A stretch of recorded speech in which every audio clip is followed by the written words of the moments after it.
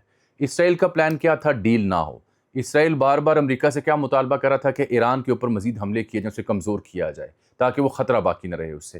اور عباس عراقچی صاحب نے ان حملوں سے پہلے ایک ٹویٹ کیا تھا جس میں انہوں نے لبنان اور ایران کا پرچم لگا کے سولیڈیرٹی دکھائی تھی، اور یہی ان کے ذمہ داروں نے بھی بات کی کہ ہم لبنان کو اکیلا نہیں چھوڑیں گے، چاہے خاتم الانبیاء ہیڈ کوارٹر کے ترجمان بڑے عرصے بعد نظر آئے۔ اچھا، یہ اپریل کے بعد جو بھی سیز فائر ہوتی ہے اس کے بعد پہلا موقع ہے کہ ایران نے اسرائیل کو ٹھوکا اس طرح سے۔ اس کے علاوہ تو بیچ میں جو کچھ ہوتا رہا وہ امریکی بیسز تھیں یا ان کے جو نیول بیسز تھیں اس خطے مڈل ایسٹ، وہاں پہ حملہ ہوتا رہا۔ یہ اسرائیل کامیاب ہوا ہے کہ جنگ دوبارہ چھڑ جائے، یہ اسرائیل کا گرینڈ پلان تھا، اسی لیے اسرائیل بار بار لبنان پہ حملے کر رہا تھا ٹو پرووک ایران۔ اب ایران پہ بھی آتے ہیں کہ ایک طرف ڈیل ہو رہی ہے، محسن نقوی وہاں پہ موجود ہیں، وہ خط لے کے گئے، اس میں ایک فارمولہ ہے، اور اس بیچ میں یہ سب کچھ ہو رہا ہے، تو ہوم ڈز اٹ سرو؟ یہ کس کی فیور ہو رہی ہے اس سارے واقعے کے بعد؟ کون اس میں اپنے پلان اور مضمون سازش میں کامیاب ہو رہے؟ اسی طرح سے میں نے دیکھا راس ہیریسن ہیں جو کہ سینئر فیلو ہیں مڈل ایسٹ انسٹیٹیوٹ کے، بڑا مشہور نام ہے ان کے تجزیے یوزلی میں الجزیرہ پہ پڑھتا ہوں۔ انہوں نے کہا ایک بات بڑی اہم کی کہ یوں لگتا ہے کہ اسرائیل بالخصوص اور ایران بھی دونوں یوز کر رہے ہیں لبنان کے مسئلے کو ٹو پریشرائز ٹرمپ، اس کو دباؤ میں ڈالنے کے لیے، امریکہ کے ساتھ بارگین کرنے کے لیے اس لبنان کو استعمال کریں۔ یہ مڈل ایسٹ کے ایک فیلو تجزیہ نگار ہیں جن کا میں نام لے رہا ہوں، کہتے ہیں اسرائیل تو سپائل کرے گا اس ڈیل کو، اور ایران چاہے گا کہ وہ اپنی طاقت کی برتری سے، اپنے حملوں کی برتری سے مزید بہتر بارگیننگ کر لے۔ یہ انہوں نے اس بارے میں بات کی ہے۔ امریکہ کی جو یروشلم میں ایمبیسی ہے اس کو کہا گیا لوگ محفوظ پناہ گاہوں میں چلے جائیں اور کل سفارت خانہ بند رہے۔ اس طرح ایران میں تہران اور مہران آباد جو دو بڑے ایئرپورٹ ہیں وہ بند کر کے خالی کروا لیے گئے۔ جو خبر دینا چاہ رہا ہوں کہ پھر رات گئے، ٹرمپ نے نیتن یاہو کو کیا کہا، مختلف چیزیں آپ کے سامنے آ چکی ہوں گی، اسرائیلی پنگے گیری، اسرائیلی جوابی حملے، یہ سب آپ دیکھیں گے، تباہی، بربریت۔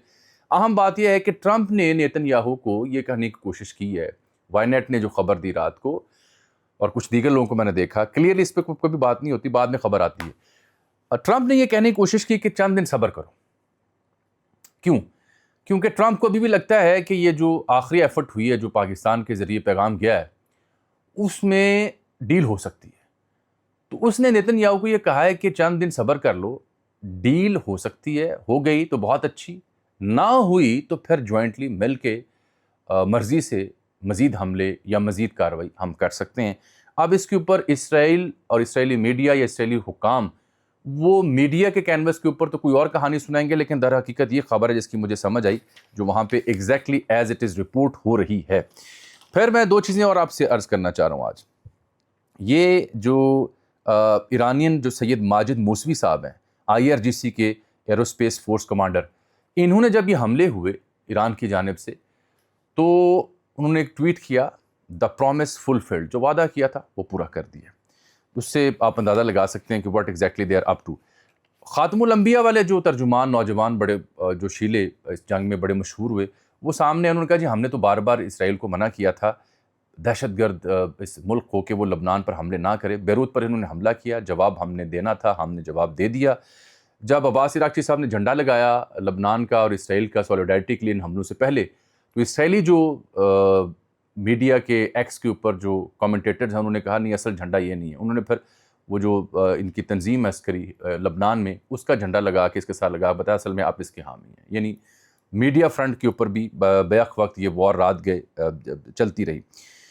پھر بعد میں نے دیکھا کہ عراق کی بھی فضائی حدود بند کر دی گئی، شام کی بھی فضائی حدود بند کر دی گئی. عراق میں تو جو ملیشیا اسے یہ بھی کہا گیا کہ اگر جنگ چھڑتی ہے تو امریکی جو ٹارگٹس ہیں ان کو اڈے ہیں اسرائیلی اور امریکی ٹھکانے ان پہ آپ نے ہٹ کرنا ہے. میرے لیے سب سے اہم مدعا یہ ہے کہ یہ جو محسن نقوی صاحب جب ایران پہنچے ہوئے ہیں اور اس وقت کل انہوں نے دیا یہ خط، میں بھی اب تک واپس بھی آ چکے ہوں، اس بیچ میں جب اسرائیل انسٹیگیٹ کرتا ہے ایران کو سیز فائر کے بعد جو ہفتہ پہلے اعلان ہوئی، تو اس سے مراد یہ لی جا رہی ہے، سمجھ یہ آ رہی ہے کامن سینس کی، کہ اسرائیل نہیں چاہتا کسی صورت بھی کہ کوئی بھی مجوزہ پلان، کوئی ڈیل وہ پایا تکمیل تک پہنچے. اس سے پہلے وہ پنگا کرتے ہیں، لبنان میں ظلم اور بربریت کرتے ہیں. ایران کی ایک آفیشیل سٹیٹمنٹ ہے، ایک سٹانس انہوں نے لیا ہوا ہے، لبنان کے ساتھ کھڑے ہونے والا کوئی نہیں ہے مسلم دنیا میں. وہ اس کی خاطر جب آواز بلند کرتے ہیں، دھمکی دیتے ہیں، تو اسرائیل بار بار انہیں سٹرائک کرتا ہے. جب سٹرائک کرتا ہے تو پھر ایران چونکہ بار بار کہہ رہا تھا تو اب they had to strike back. اب اس میں سے سازش کی تھیوری گھڑنی ہے کہ دونوں نہیں چاہتے تھے، جیسے وہ ہیریسن کہہ رہا تھا کہ دونوں دباؤ بڑھانا چاہ رہے ہیں اصل میں امریکہ کے اوپر، پرسویٹ کرنا، پریشرائز کرنا چاہ رہے ہیں، بارگین کرنا چاہ رہے ہیں. اس کی کہانی بھی ہے، ظاہری بات ہے ایران بھی چاہے گا کہ وہ دباؤ بڑھا کے مرضی کی ڈیل لے سکے. اسرائیل چاہے گا کہ ڈیل ہو ہی نہ، ان کے تو فیور میں نہیں ہے کہ امن ہو، وہ تو چاہتے ہیں کہ امریکہ اس جنگ میں گھسے. اب کس حد تک اسرائیل ٹرمپ کا یہ مشورہ مانتا ہے کہ براہ راست جنگ سے ابھی گریز کیا جائے اور چند دنوں کا انتظار کرو، کیونکہ ٹرمپ کو یہ لگتا ہے کہ اسی ہفتے ایز آف ناؤ جب میں آپ سے سوموار کے دن مخاطب ہوں، تو ٹرمپ کی تازہ ترین جتنی بھی سٹیٹمنٹس ہیں، فاکس کی، براک ریوڈ کی اور CNBC کی، وہاں پہ یہی اطلاع آ رہی ہے کہ وہ سمجھتا ہے کہ ابھی بھی ڈیل ہو سکتی ہے اور بہت اچھی ڈیل ہوگی، کیونکہ آخری جو پیغام یا مجوزہ حل تھا وہ پاکستان کے ذریعے جا چکا. وہ خط اگر آپ دیکھیں تصویر محسن نقوی صاحب کی اور عباس عراقچی کی جو سپریم لیڈر صاحب کے لیے گئی ہے، تو وہ ایک خاکی لفافہ ہے جو سیل بند ہے، 3 جگہوں پہ ریڈ کلر کی سیل لگی ہوئی ہے کہ ان تک بس پہنچے، وہ پھر اس کی روشنی میں آپ کو فیصلہ صادر فرمائے. So let's see. لیکن ابھی تو صورتحال گڑبڑ ہے. پوری رات یہ جنگ کی ہوائیں تھیں، پوری رات میزائلوں کی گھن گرج اور ان کی فوٹیجز تھیں جو جگہ جگہ آپ دیکھ رہے ہیں، اور ان میزائلوں پہ خاص پیغام لکھے ہوئے تھے، اور یہ بھی کہا جا رہا ہے کہ ایران کچھ تجربات بھی کر رہا ہے. ایران میں جشن کا سماں تھا، یہ بھی میں بتاؤں. جب یہ حملے ہوئے تو سرکاری ٹی وی کے جو رپورٹرز تھے وہ مختلف اسکوائرس پر، مختلف چوکوں پر کھڑے تھے، پیچھے لوگ تھے، ایرانی جھنڈے اٹھائے ہوئے تھے، جشن کی کیفیت تھی کہ ایز اف بہت بڑا کارنامہ ورلڈ کپ جیتا ہو. محسوس یوں ہو رہا تھا کہ ہم نے لبنان سے کیا وعدہ پورا کر دیا اور حملہ کیا جوابی جو کہ ہمارا حق تھا. یہ ہے اس کی صورتحال. اب میں آ جاتا ہوں ذرا، کیونکہ آپ کہیں گے کہ ملک کی صورتحال پہ بات نہیں کرے گا. گلگت بلتستان نتائج. کل شام کے ویلاگ میں آپ سے عرض کی تھی کہ حضور بظاہر پیپلز پارٹی آگے ہونی چاہیے، جو سرویز سامنے آئے بالخصوص حبیب اکرم صاحب اور دیگر کا.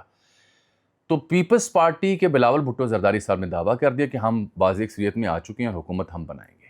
نون لیگ کہتی ہے ہم جیت چکے ہیں، پی ٹی آئی کہتی ہے ہمارے پاس سیٹیں ہیں، آزاد مویدر کہتے ہیں ہم جیتے ہیں، مجلس اتحاد المسلمین کے پاس بھی 2 سیٹیں ہیں 24 میں سے.